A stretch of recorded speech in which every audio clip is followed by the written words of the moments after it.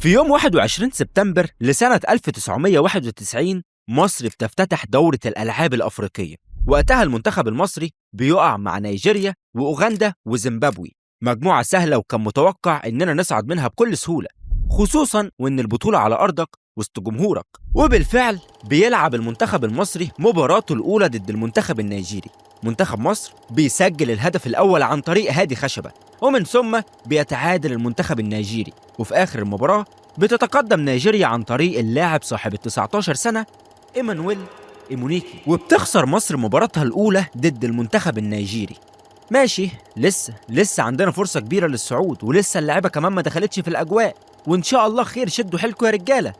ولكن بنتفاجئ بمستوى ضعيف جدا من المنتخب المصري، وبيخسر للمباراة الثانية على التوالي أمام زيمبابوي ب3 أهداف مقابل هدفين. وبتتأهل نيجيريا وزيمبابوي إلى دور نصف النهائي، ورسميا عدم صعود مصر من دور المجموعات. الأمور بتنتهي مع المنتخب المصري ومع الشعب المصري واتحاد الكورة المصري، ولكنه لم ينتهي مع إدارة الزمالك اللي كانت متابعة أكتر من عنصر في البطولة دي، خصوصاً إنها بطولة للعيبة اللي بتشارك فيها سنها أقل من 23 سنة، وده يعني السن المثالي للاعب المحترف. وبالفعل إدارة الزمالك وبترشيح من الأسطورة كابتن حمادة إمام رحمة الله عليه بيحطوا عينهم على 2 لعيبة من المنتخب اللي فاز وقتها بالبطولة، وهو المنتخب النيجيري. ال2 اللعيبة دول واحد فيهم كان اسمه تيجاني بابانجيدا، والتاني اسمه إيمانويل إيمونيكي، ال2 اللي سجلوا فينا أهداف في أول مباراة لينا في البطولة.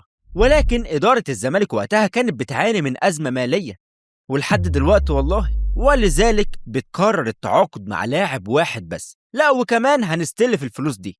وبالفعل وأخيرا إدارة الزمالك بتخطف أهم موهبة صاعدة في أفريقيا رسميا، إيمانويل إيمونيكي زملكاوي قادما من نادي مغمور في أدغال أفريقيا. إيمانويل إيمونيكي كان ستايل للاعب ما شافتهوش الكرة المصرية قبل كده، لاعب قوي جدا بس في نفس الوقت سريع وعنده مرونة، لاعب مهاري وفي نفس الوقت بيعرف يقوم بأدوار المهاجم، لاعب قصير بس في نفس الوقت مميز جدا في الرأسيات وبيقدر يسجل منها إيه؟ مين يقدر ينسى الهاتريك اللي جابه قدام طنطا وكل الأهداف كانت بالرأسيات، ولا رأسيته قدام بلغاريا في كأس العالم 94. إنما بقى أهم مكان يميز إيمانويل إيمونيكي إنه كان بيقدر يلعب في أي مكان هجومي، وينج يمين شغال، وينج شمال مش هيقولك لأ، صانع ألعاب أو حتى كمان راس حربة، أي مكان هتحطه فيه كان يا إما هيصنع أو هيسجل.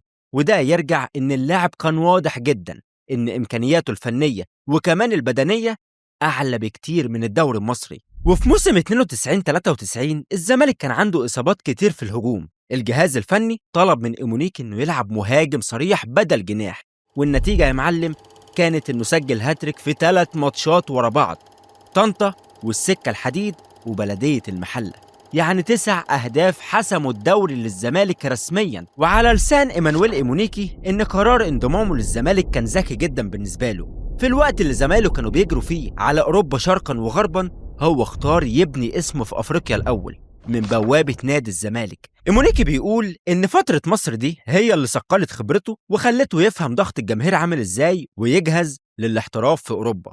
وأما بقى بالنسبة لهدف الوداع لإيمانويل فكان قدام الأهلي في إبريل موسم 94. وبعد الهدف ده مسؤولين في الأهلي أدركوا إن استمرار إيمانويل إيمونيكي مع الزمالك ده هيهدد مشوارهم في الدوري أو في كل البطولات اللي بيشاركوا فيها، فيقرروا وبشتى الطرق إيجاد عروض خارجية عشان يمشوا بيها إيمانويل إيمونيكي. وعلى فكرة يعني الكلام ده مش كلامي، ده كلام المسؤولين في الأهلي اللي كانوا حاضرين الواقعة دي.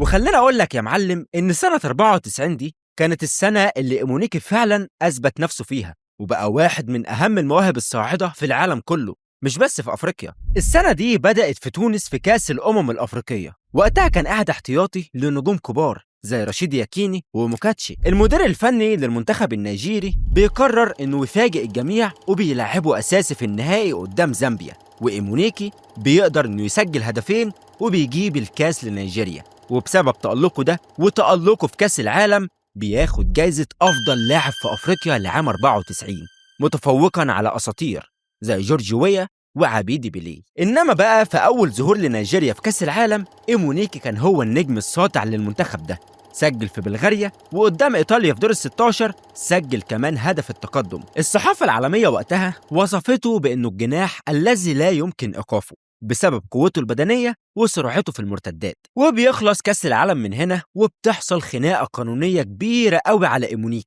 إيمونيكي اللي كان موقع لنادي ديوزبورج الألماني، وده بالمناسبة العرض اللي كان جايبهوله مسؤولين الأهلي، وفي نفس الوقت كان موقع لنادي سبورتنج لشبونة البرتغالي. الفيفا طبعا تدخلت في الموضوع ده واتفتح المزاد على إيمانويل، وفي الآخر لشبونة اشترته ب1,000,000 دولار. إيمانويل إيمونيكي في البرتغال كسر الدنيا، وقدر يسجل 17 هدف، وبقى واحد من المعشوقين لجماهير لشبونة، خصوصا بعد جوله التاريخي في بنفيكا، وده اللي خلاه واحد من أهم المواهب المطلوبة في أوروبا كلها. وبالفعل في ديسمبر 96 إيمانويل إيمونيكي بينتقل لنادي برشلونة مقابل 3.5 مليون يورو، وبقى أول لاعب نيجيري يلبس قميص البارسا. لعب مع بيب جوارديولا ورونالدو الظاهرة، وحقق معاهم كاس ملك أسبانيا وكاس الكؤوس الأوروبية. ولكن للأسف لعنة الإصابات بدأت بقطع في الرباط الصليبي في ماتش مع منتخب بلده. إيمونيكي عمل العملية دي في نادي برشلونة، ولكنها مع كامل الأسف بتفشل.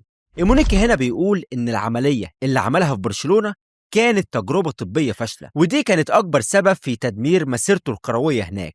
وبالفعل بسبب الإصابة دي إيمانويل بيغيب عن كأس العالم 98، ومن هنا كيرف إيمونيكي بدأ في الانحدار. وبسبب ابتعاده فترات كبيرة عن الملاعب، نادي برشلونة بيقرر إنه يفسخ التعاقد معاه، ومن ساعتها وإيمانويل ما استقرش في نادي حرفيا، شوية في اليابان، شوية في أسبانيا، شوية في البرتغال، وكل الأندية اللي تعاقدوا معاه كانوا أندية منتصف جدول. وبعد اعتزاله وبعد ما بطل كورة نهائيا، إيمانويل إيمونيكي بيروح أسبانيا وبياخد هناك أعلى شهادات التدريب. كانت مع منتخب نيجيريا للناشئين تحت 17 سنة، لما قدر يكسب بيهم كأس العالم 2015 في تشيلي. كمان قدر يكتشف أكتر من لاعب ويقدمهم للعالم، أشهرهم طبعا فيكتور أوسيمين وسامويل شيكويزي. كمان عمل تاريخ مع منتخب تنزانيا لما صعد بيهم لنهائيات أفريقيا 2019 بعد غياب 39 سنة. إيمانويل إيمونيكي لاعب كتب تاريخ مع الزمالك، مش بس لأنه كان واحد من أكبر الهدافين ومن أكتر الأجانب اللي جمهور الزمالك اتعلق بيهم، ولكنه كمان اكمنه أول لاعب يلبس تيشيرت الزمالك وتيشيرت برشلونة. جايز تكون الإصابة عطلته، وجايز برضه العملية اللي عملها في برشلونة تكون هي سبب تدمير مسيرته بالكامل زي ما قال، ولكنه هيفضل واحد من أفضل وأحسن الأجانب اللي لبسوا تيشيرت الزمالك على مر العصور. لو وصلت بقى لحد هنا من الفيديو، فأتمنى من حضرتك إنك تعمل لايك للفيديو ده وتشترك في القناة، وخد لك لفة كده في الفيديوهات القديمة. كمان اكتب لي في الكومنتات عايز نحكي عن مين في الفيديو الجاي. كان معاكم ادي الشام، مع السلامة.